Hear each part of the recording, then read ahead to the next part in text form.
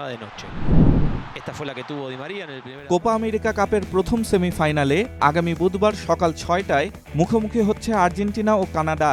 এই ম্যাচের আগেই ফুটবল তারকা লিওনেল মেসিকে যেন একরকম হুমকিই দিলেন কানাডার কোচ জেসে মার্চ। ভেনিজুয়েলাকে হারিয়ে সেমিফাইনালে ওঠা কানাডার কোচ আর্জেন্টিনার ম্যাচের আগের সংবাদ সম্মেলনে বলেন, আমাদের জন্য অসাধারণ সুযোগ এটা, আমরা ইতিবাচক ও আক্রমণাত্মক ফুটবল খেলব।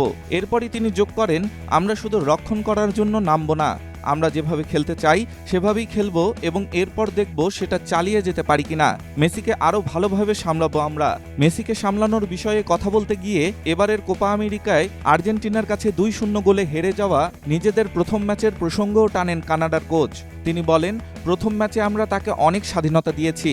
কোচ মার্চ বলেন, আর্জেন্টিনার বিপক্ষে ম্যাচটি আমাদের খেলা সেরা ম্যাচ হবে। প্রসঙ্গত, কোপা আমেরিকার অভিষেক ম্যাচটিতে আর্জেন্টিনার কাছে 2-0 গোলে হেরেছিল কানাডা।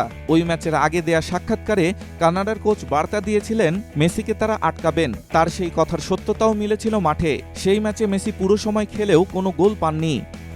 ডেস্ক রিপোর্ট, স্টার সংবাদ।